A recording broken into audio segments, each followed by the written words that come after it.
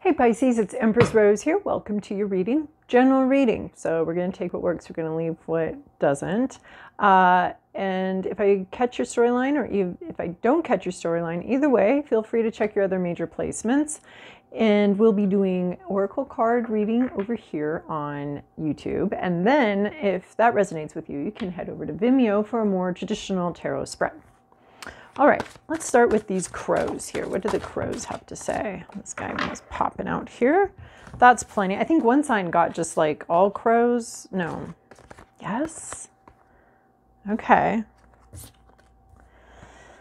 This feels strange. Like it's hard to, I'm just having a hard time accepting the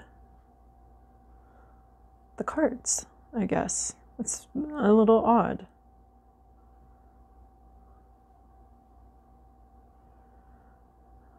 Okay, well, and I've laid them out in a very strange way too. I've never laid them out before like this. It's very symmetrical, and I'm just going to take it how I laid them out. So far on this reading, everything feels very strange.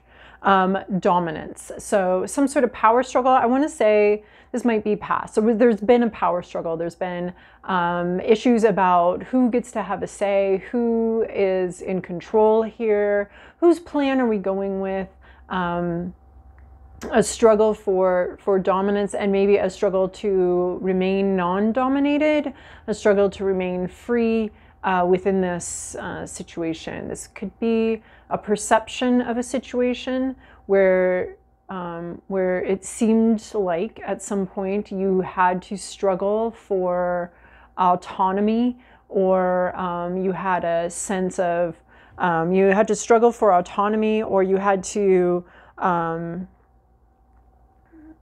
struggle for authority. So those two things, you know, in relationships with other people, in intimate relationships, and work relationships, and family relationships, there's that dynamic of autonomy and authority. So someone you or someone else may have wanted to be an authority, and you or someone else may have struggled with the concept of submission or autonomy within this situation. So it's a pretty classic, historically classic psychological aspect of being in community or being in relationships with people is sort of plays for dominance and autonomy versus authority. And that kind of thing. So there's been some sort of struggle, and the struggle may have been in the past and may be brought into your future somehow, where the history of this struggle has affected other things going forward. So I'm seeing this. I've never done a past, present, future, but that's exactly I have this layout here, and it's what it's looking like to me.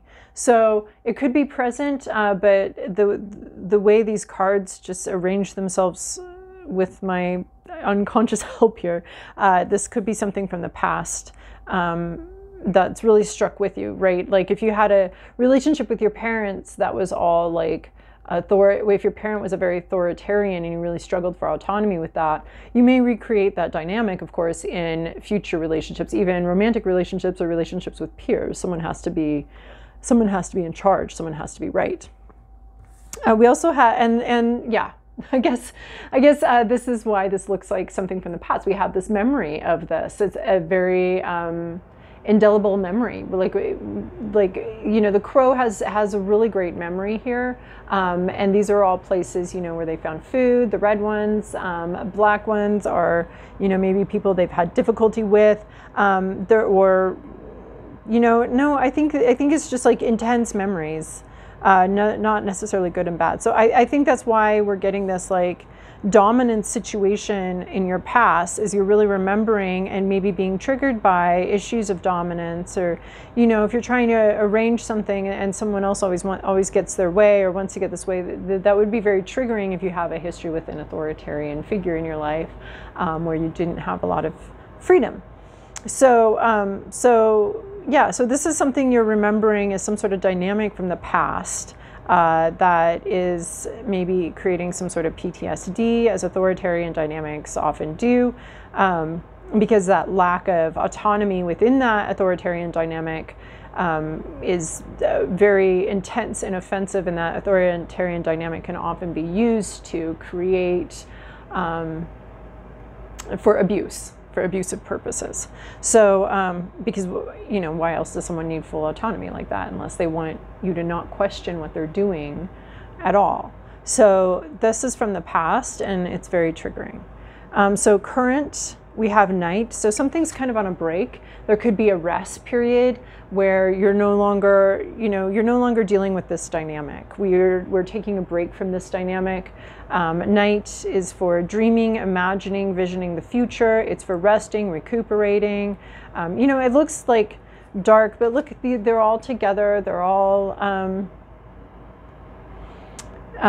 there's a sense of, there's not danger here. There's not danger. There's just rest, allowing yourself to not see. I don't know if you've ever experienced that, but I experience that sometimes. We're just like, I just don't want visual input, so I'm closing my eyes now. I'm overwhelmed by visual input, or by, you know, sensory overload or something like that. So that closing down, that shutting down, you may have shut down here with some sort of trigger here. But you're dreaming, and I think what you're dreaming about, I think the subconscious, I think what you're dreaming about is abundance here. This abundance is sitting right underneath this Knight card, and to me it seems like a subconscious need for abundance, a dream, a vision for having plenty to come in. I think that's what the dream is. The dream is that there's plenty, that you turn a corner and there it all is. You turn a corner and there's enough. There's no squabbling, no dominance required, because there's so much enough that if someone wants to play games of dominance and control, everyone can just ignore them because they get their own stuff, right?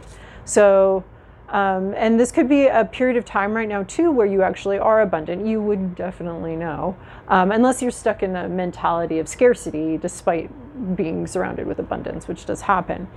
But I feel like this is like a dream of abundance. There's plenty right now. There's no need for this authoritarian dominance issue here. So, but there's just a sense of plenty and not needing to squabble over scraps, not needing to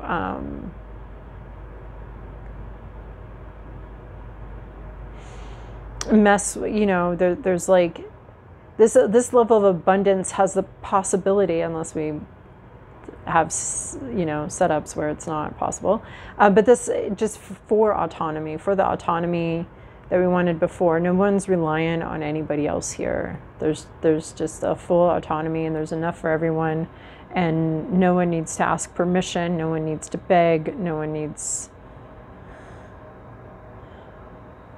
There's just a fullness here, and I think this might be what you're dreaming of, or might be what you're thinking of. Might be part of this, maybe that part of this break from this sort of harsh past, like if you're a wage slave and you need to, you know, you have to comply with your boss. You have to, or you're not going to make your rent. So that's what this is like a little bit about, is like you have to do this.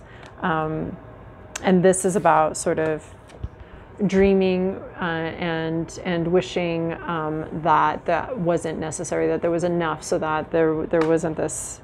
You could be in a space where there's a rest space too. So there's two possibilities here. I'm like figuring it out as I go, like what this whole strange situation is coming in so differently. But I think you're either dreaming and wishing and dreaming of a time of abundance, or you're in a time of abundance and it's providing some respite from this power dynamic from your past. And then heading forward, we're cashing. So if you're in a time of abundance right now, this is definitely like save your money. Save, save, save. Squirrel it away, put it away, save it for another day. Because there's so much here right now that you need to save caching. That's what that is. Saving, putting something someplace safe for future use. Because it's not, you know that this is a season. You know that this isn't all year long. You're aware of that. It's seasonal. right? This is by canneries. I used to live in a really tiny town in Southeast Alaska, and canneries and fishing season was the only thing going on, and it was very seasonal. Winters were very boring,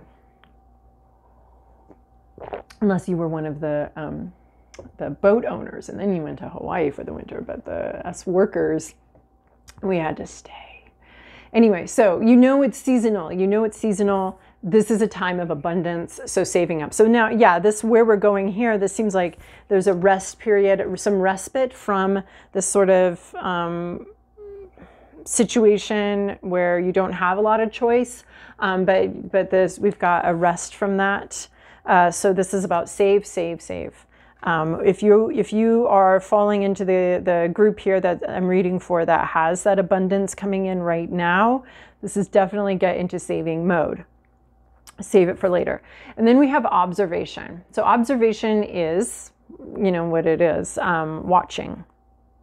So there's a lot of wait and see here. The night is sort of this pause. The caching is sort of this like pause and or this like pulling in, restricting, not restricting, just saving. And this observation here is about watching your environment, just watching for things. This spider to me is very special. Observing spiders, they to me, it's just so fascinating how, I mean, all creatures are like this, but there's a sense of following their instincts, creating this art, creating this beautiful thing, and just waiting for fate, destiny to bring you your meals. Like some spiders are out hunting, but this spider is making a web. He's just doing his thing. He's making his web. He's spinning his tails. He's spinning his stories, and he's waiting for, and whatever comes, right? And maybe he goes someplace else, tries something else. But this crow is definitely watching and waiting and learning from the spider. And there's a stillness here echoed in the night. So we're heading into, I think, some stillness. And I think we're saving up. We're saving our energy. We're saving whatever abundance comes in right now. It goes directly to savings. Like anything more than what you need should be going into savings with this reading. I mean, I've never gotten a reading like that. Never gotten a reading like this before. So this observation, I'll take a picture of how the cards sort of organize themselves here. I mean, I organized them, but it was very unconscious. So yeah, observation. So we're just watching, looking out for in the future. I think this caching is like looking out for your future and watching and waiting. Yeah. So that's the message so far. We've got these new little cards that I recently got that I adore and I think are just the cutest things ever. I've gotten a couple decks recently and I have not connected with them, but this one I'm connecting with. Eagle. Clarity, inspiration, and insight. I think observation can also provide us this insight. Caching can be like hidden. Something's hidden. And this is saving. I mean, I was like, are you digging out the savings for something? No, this is definitely like meaning to put stuff away for the future and then just wait. Watch and wait. But putting something away for the future. Okay, so this eagle, clarity, seeing something very clearly, right? We have the phrase, the eagle eye. And this is really funny because this reminds me, it says elegant eagle, but when you live in a small fishing village in Southeast Alaska, these eagles are anything but elegant. They're like the pigeons and the seagulls. They're just everywhere all the time, and they're fighting over fish, and they're not particularly elegant. So, ancient beasts of the skies, awaken my spirit to soar to new heights. Okay. So you might be getting inspired, and maybe this is a bit of the observation, watching something to gain inspiration from that, watching, looking, and gaining some insight and inspiration into that, into, you know, where you're going and what comes next. So, yeah, seeing that clearly. All right, let's see where these puppies end up. We're going to bring these ones in now. See where we go here.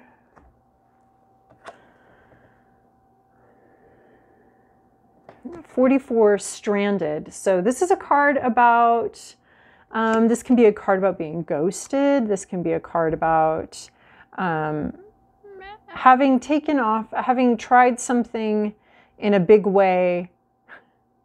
And there's a sense where like other aspects of life, so there's a sense of like something big coming through here that that you really didn't have any control over. Like this is a kid, right? And he went off and did this big trip, this big thing that he wanted to do, but it didn't work out quite the way he wanted. And now there's a sense of being stranded and stuck, right? Something much bigger than him came through and sort of rearranged his expectations of what was going to happen, and basically his life and his expectations of what was going to happen. Now, could a more experienced sailor have managed this better? Possibly, but it's also possible that an event this big could have happened to anyone at any time. So this one's one of the ones where one of the cards, there's a couple cards of, you got yourself in a little bit of a situation here. And some of the cards are like, definitely not your fault. And this one is like, you should probably look into, maybe that might be your problem. Were you overambitious? Were you arrogant? Were you like, I don't need to learn about this, I know what I'm doing? So there's a sense here of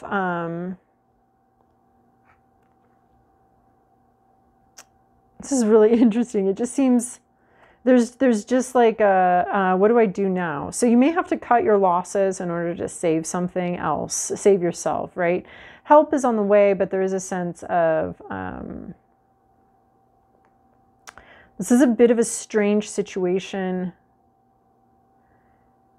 It's not easy to get out of.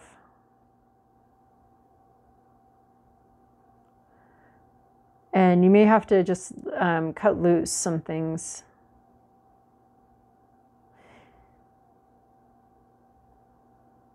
Is it your navigation? Was it a natural? This is really interesting. I need another card because there's this whole neat story right here. And then this guy comes in and it's like, wait, where did you come from? So we have protection, call back your power, cut the cords, soul retrieval. So something big that you attempted, retrieving sort of yourself, it's cut the cords, and there's literally a cord here. So we may be on to like a part B story. We'll see if these two connect here, but cutting the cord, protecting yourself, right? Save yourself, not the ship kind of situation here. Yeah, okay, this project, this idea didn't work out. Just protect yourself, protect your power, calling back your power from something that you've been connected to, but that thing is high and dry and not going anywhere, and no one can figure out, I mean, how did it get here? We don't even know. We don't have the backstory here. We just know that in order for you to be free, in order for you to move forward, you have to cut this connection to this project or this big thing. You're going to have to leave that behind.